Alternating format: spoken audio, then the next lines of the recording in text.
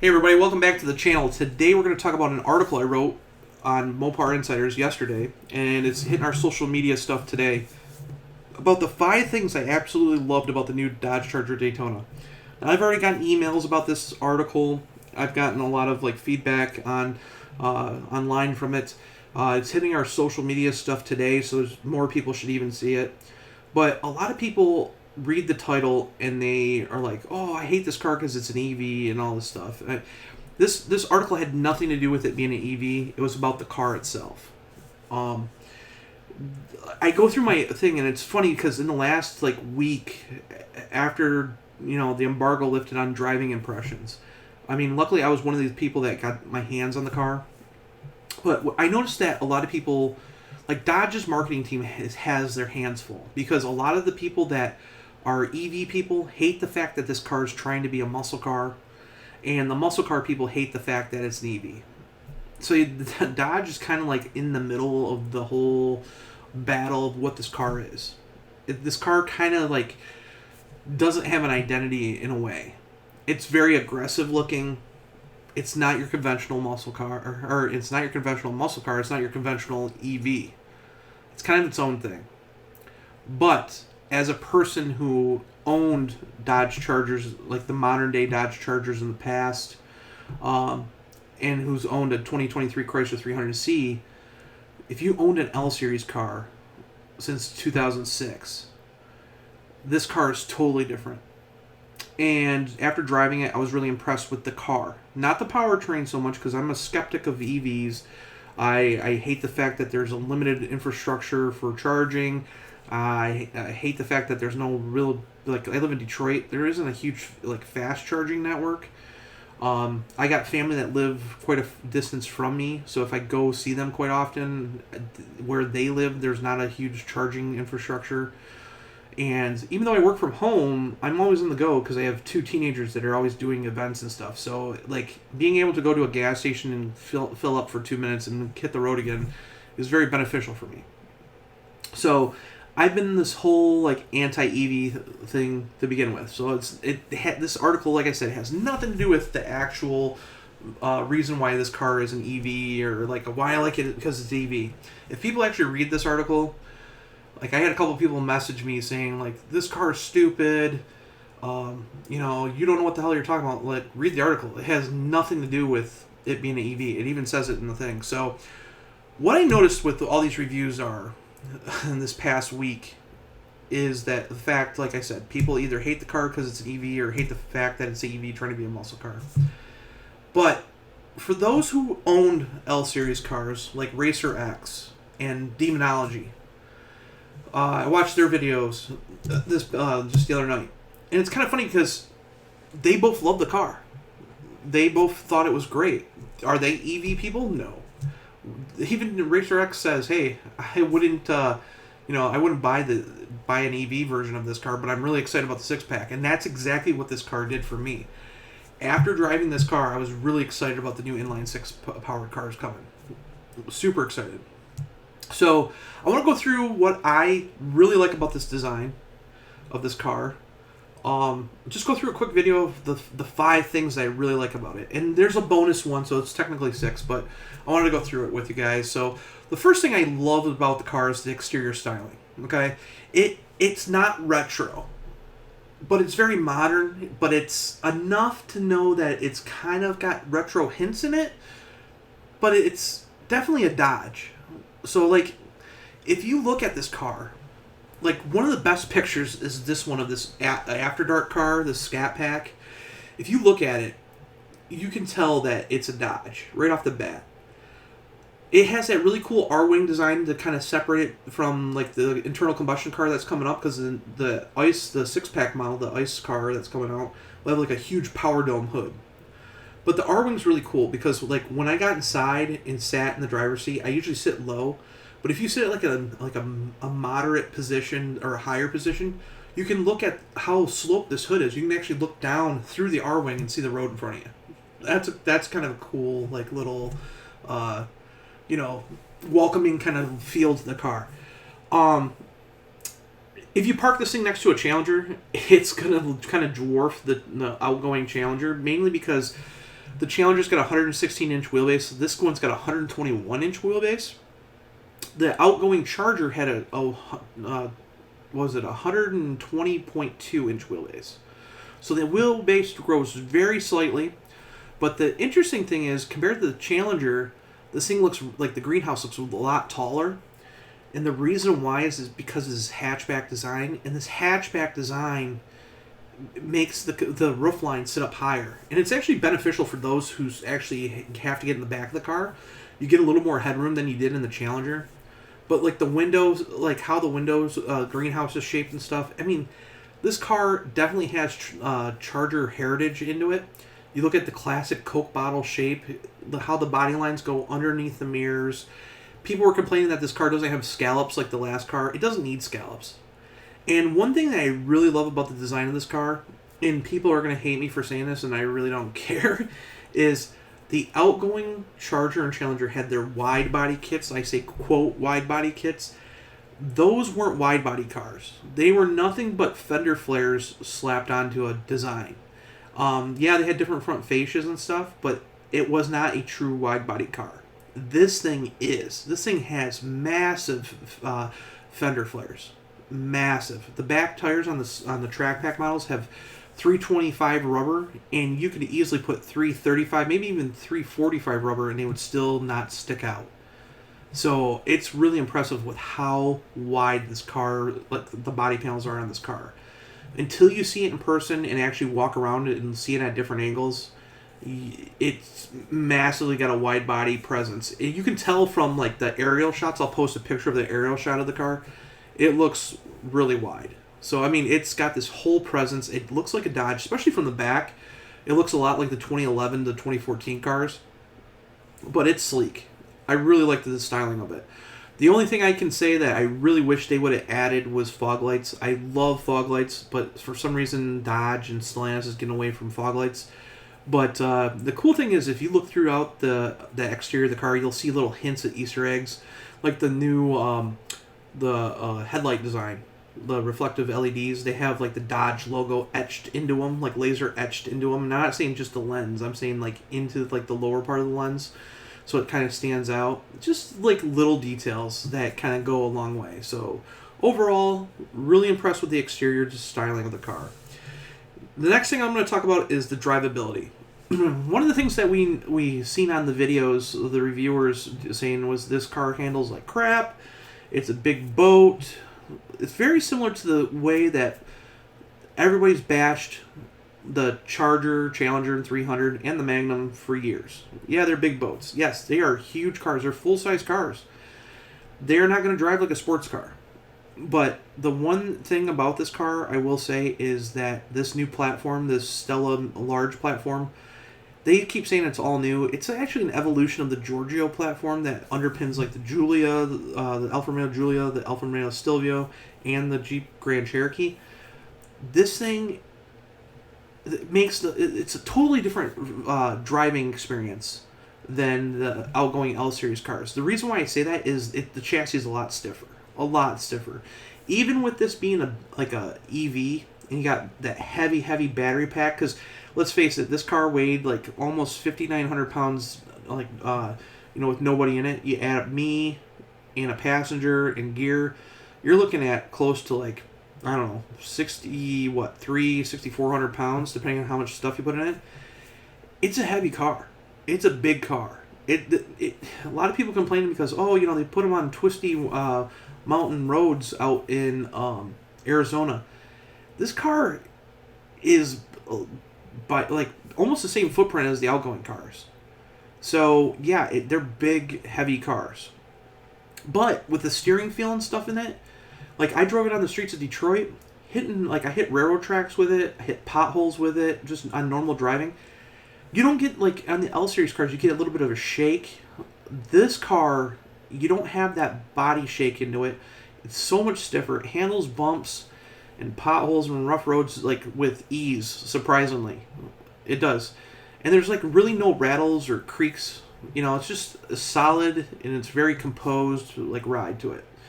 On like twisty roads, like I took it on a couple of twisty roads, the Scat Pack, it definitely it's a lot of fun. One is with this EV powertrain, you get that instant torque, so you can come down hills really quick. And I noticed with the regenerative braking, if you have it set up like really aggressively, you can actually pull some actually pretty decent range back into the car. But yeah, it's just a whole different atmosphere. Like it's nimble and it's tight. It responds really well. The funny thing is even in auto mode, because of how the electric steering is, you can point the car in a direction and it will go. I mean, it's very, very. It drives like it's almost like on rails, but it feels it. You do get a lot of feedback back into the car, so like through the steering wheel and stuff. It doesn't feel like it's just like a. How can I say it? It doesn't feel like an appliance EV. It doesn't feel like. If you drive some of the more basic EVs, they just feel like they're like, yep, it's a car. This, you do get feedback just like a typical muscle car. So, but the steering feels a lot lighter. I noticed that when I go into intersections, like I could turn a lot sharper than what I felt like the outgoing car did. So it's just a huge difference than what the outgoing Charger and Challenger felt. So that was very much a welcome surprise. That like we kind of knew it going into it because of how long we've had the outgoing cars for 20 years, but this chassis is night and day difference. So that was a good benefit. The third thing is obviously the interior styling. It's polarizing different. It's such a huge upgrade. You get this like before you get this like outdated like. I guess it would be a cockpit style, but it was more like you're encased in plastic. You got like for the last couple of years we had the rubberized elephant skin plastic on the dash and stuff, and you felt like you were encased in it. This car is totally different. Like you feel like you're not in a cocoon. You feel like you have a lot more visibility. It's wide open. It feels a lot bigger inside. It's just got a whole different kind of like feel to it. And it's very much welcome. The two-tiered dash, it feels like there's more design to it. But even with this car having tablets, like, I hate tablet design cars, but what Dodge did with these tablets is pretty remarkable because if you get in a Mustang, it just looks like, if you get into like the new GT, it looks like they just slapped tablets in the stupid thing. They stick up over the dash. The actual Uconnect screen is 12.3 inches, and it's narrow, right? But it's tilt towards you, and it's tilt up. So you don't have to look too far for anything. The really big point about the digital cluster is the fact that there's no like squared edges. Everything's rounded. It's got like a nice bezel treatment around it, but it's tucked into the dash. So yeah, it sticks up around it, but it doesn't stick up over the second tier of the windshield. So you don't feel like it's just something thrown in there. It feels like it's part of the dashboard. You do have this really cool heads-up display, which I'm not huge into all the technologies and stuff, but the heads-up display is awesome. It's something that Dodge should have had a long time ago. And depending on what mode you're in for, like track or drag or whatever, it brings up all this different information. It's completely customizable. It's got great colors. It works really good at dusk. You don't have to look down at the center stack at all, so it's kind of nice that way. And then you have like this squared off steering wheel, which when you get into it, it just looks different. It feels like you're in like a C8 Corvette. But after driving it, I was really impressed with how the steering wheel felt. It felt comfortable. It's got that familiar Chrysler feel, meaning like the controls are right where you expect them. It's got the audio controls on the back. The paddle shifters aren't paddle shifters for the EV. They're actually how you control your regenerative braking. So if you tap them, the more you tap them, the less aggressive it'll get, and vice versa on the other side. So it just, the car feels totally different. You do get this glass like roof panel, which is nice, but the only thing I really did not like about the interior, I would say, is the glass roof panel. I didn't like the fact that it doesn't open. I feel like they're missing out by not having a sunroof or a panoramic sunroof in the car. I would have loved to see a panoramic sunroof in this car. The other thing is like the turn signal stock. Compared to all the high-level materials in this car, you could tell that they kind of cheapened out on the turn signal. Out of all the things, the turn signal was like the cheapest feeling one I've ever felt in any kind of Dodge car. I was really bummed out about that. And then the only really the only other complaint I had about the car was these new haptic touch buttons that were underneath the Uconnect system. I don't know why you went to them. They're terrible feeling. It just feels cheap when you touch them, and there's not much feedback to them. If they would have done like toggle switches or something, like actual physical buttons, it would have been great, because Dodge has been known to, like, hey, that's why everybody loves them. They would put physical buttons, but now they're going to all this haptic stuff. And I don't know if it's to save money or whatnot, but that was like the biggest downfall of the interior. Like, it was the haptic things. But the thing I will say about it is that there's so much improvement in the interior. I'm willing to overlook like the fact that the glass doesn't open, the simple turn signal stock is plasticky, and the haptic buttons. Like, because it's so different and so vastly superior compared to the outgoing car, it's the small stuff I'm willing to overlook. That's how nice the interior is. The fourth thing I really loved was these new high-backed fixed seats. Now, when I originally seen the car at Roadkill Nights, when they unveiled the production one, the RT had like similar seats to what the outgoing Charger had. You know, you got your adjustable headrest. You know, they're kind of bulky seats. They look comfortable. When I seen these seats, I'm like, man, these things are going to be too aggressive. I'm not going to like them, because I'm a bigger guy. I'm 6'1". I'm over 300 pounds. I didn't want to be like have my sides cut into me with the bolstering. After driving this car, these seats are probably the best seats I've ever sat in any vehicle. The bolstering can be adjusted, and I had them pretty aggressive, and it was still comfortable.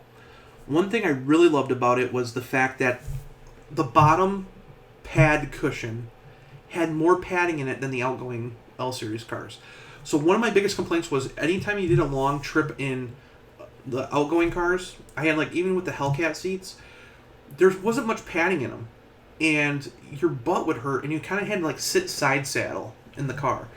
These seats are so comfortable. Like, I could not see myself buying one of these cars without this seat. It doesn't have adjustable headrest, which I was like, okay, whatever. But being 6'1", I felt comfortable about resting my head against them. The middle part of the seats are actually open, so you can put, if you wanted to, you could put racing harness through them, which are cool.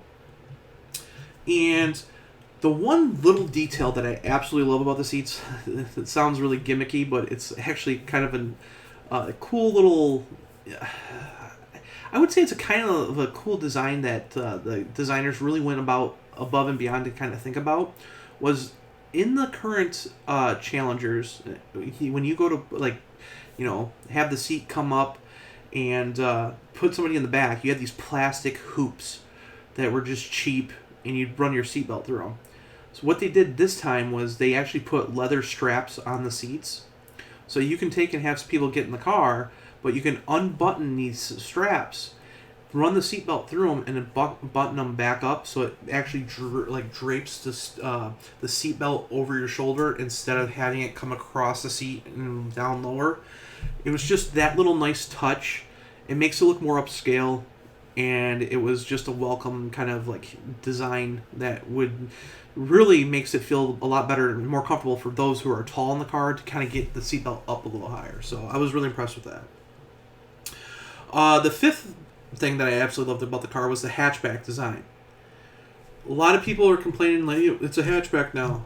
The funny thing is like Dodge actually had Chargers that were hatchbacks, kind of hatchbacks in the past. We had in the 1980s, we had the Dodge Shelby Charger. Remember the Omni-based Charger? And then, or not the Omni-based, but the Shelby Charger. So anyways, it was based, it was a two-door Omni. But anyways, long story short was that car had a hatchback design. Okay? Keep in mind, that was the 80s. It was a compact car. It was kind of the trend then. Go back to 1966-67, you had the first-gen Charger, right? It was a fastback Cornet. Now, while it wasn't a full hatchback, it was a fastback. The taillight lenses stayed in place, unlike this car, which lifts up with the actual hatch design. But you had a fastback design where you could reach in and actually had a lot more area to put stuff in the car. So this hatchback design kind of harkens back to that a little bit, but it's kind of cool in a way because the outgoing Charger had so much room in its trunk, But with this hatchback design, you're opening up 133% more cargo room. So with that being said, like one of the guys who was an engineer on the team actually said that he had put drywall in the back of his car going to Home Depot and drove it home, and it fit fine. A sheet of drywall. Like, there's so many people that had Chargers before, like, hey, I'm going to go buy a TV. You couldn't put it in the car with these bigger TV screens because of the limited access to the trunk. You had to fold this trunk down and stuff. You fold the back seats on this thing down, you got tons and tons of room. So, very impressive. It's got, what, a maximum cargo area of 38.5 cubic feet. So, that's with the seats folded flat. So, it's, like I said, it's really impressive. It will make people think about how they can use their Charger for utility-wise a lot better than the outgoing car, for sure. So, instead of having an SUV, you can still have a passenger car. You can have a two-door coupe and still have passenger room for 4 full-size adults. It's going to be kind of an interesting, thing to see how many people actually buy the coupe over the sedan, because now that they have a 2-door version of the car and it's actually functional, but like an actual functional back seat for adults, especially with the hatchback design that gives you more headroom, it'll be interesting to see how many people actually go for it. Now, the last thing I want to talk about, this is the bonus kind of feature, is the new pistol grip shifter. And while I was not a fan of actually seeing this thing in the Banshee concept, I was not a fan of it. Excuse me. I was not a fan of it in, when I seen it at Roadkill Nights. Now that I drove the car with it, I was really impressed with this design. It looks awkward. It doesn't look like a pistol grip. It kind of reminds you of when you hold it as a pistol grip. It kind of reminds you of one of those those low-profile pirate guns. Or maybe even like a sawed-off shotgun. It's not a pistol. It's totally different. But the one thing I really loved about it is I have restless hand syndrome. Like, I'm always touching things in the car. When I had my 2019 Ram 1500 with the rotary shifter, you had the big armrest, but I there was nowhere to put my hand, so I was kind of constantly moving it. It was awkward. My Chrysler 300C was the same thing. With the rotary shifter, there was nowhere to rest your hand. So my hand was constantly moving in the car. You get into my Dodge Durango, that's my daily driver now, my Durango RT, you got the T-handle shifter. I can just place it on there and my hand's fine. In this car, you can hold it like a pistol grip. You can palm it. It's wide enough you can palm the thing. And then you can rest your hand flat on the top, like your fist. I thought it was, I'm saying about how ergonomic this thing is, but it's actually a really cool shape once you, get into it and, how comfortable it feels. For those who have, restless hands like me, you're gonna actually like this. And then the funny thing is it's an electronic shifter, right? But they have it so it feels like a mechanical shifter. So when you pull back, there's resistance between each gear. It feels solid. It doesn't feel as flimsy as the T-handle shifters, like what I have in my Durango. You can pull the Durango one back and there's not much feedback into it. This one does. I was really impressed with the overall design and shape of this thing. So, with that being said, those are 6 things I really, really, really, really, really liked about the design of the car. It has nothing to do with the EV stuff because all these things are going to be carried over into the internal combustion car. But even if you're not a fan of the EV car, once these cars hit dealerships, I suggest going and just checking them out. If you haven't seen one of these cars in person, check it out. It will make you change your mind about how this car looks. If you get a chance to drive it, drive it. You don't have to necessarily buy it if you don't like it, but get into it and see how it feels compared to the outgoing cars. You guys will be surprisingly shocked at how this car overall feels compared to the outgoing cars. It's a total night and day difference. You still have that big, bulky, coupe or sedan feel, but it's a lot more aggressively planted. It's stiffer. You get a little more feedback through the steering wheel, which is nice, and it just handles so much better. So much better. So with the open interior, how it feels that way, because it's just a whole different experience. So you don't have the chopped window look. You got more of you can actually look out and see things. and how the actual exterior styling is. Like, it being a true wide body car, it doesn't have that retro look, but it looks retro enough, but it's modern. There's just a lot of positive things about this car that people aren't talking about. Everybody's so fixated on on it being an EV, and that's the sad thing. And I'm not trying to be like, oh yeah, this car is perfect. It is not perfect. It's not the perfect EV by any means. It's not the perfect muscle car. It's stuck in that realm between. So I think once it has internal combustion power into it, I think a lot more people will like it just because it's not an EV. But until then, once these cars hit dealerships, like I said, get out there and see it. By seeing it in person and touching it and putting your hands on it and actually feeling all the new stuff and trying it out for the first time, I guarantee it'll be a totally different, like, you know, you'll probably have a different outlook on the car. And seeing what people had said from their reviews that owned L-Series cars in the past, and compared to people that, you know, are automotive journalists that don't own these cars, they might own like I don't know, a little Miata or something that's fun to drive. These are big ass boat cars that are a lot of fun to drive, and they handle better than ever. So that being said, keep checking back on this YouTube channel. I'm hoping to have one of these cars for a week here coming up, probably after Christmas maybe. Dodge said that they're looking at sending me one for a week, so I'm hoping I get one soon. And then right after that, the 4-door comes out, and I can't wait to see that, because that's the car I'm actually really looking forward to. But stay tuned, make sure to hit subscribe, and I'll see you in the next video. Bye.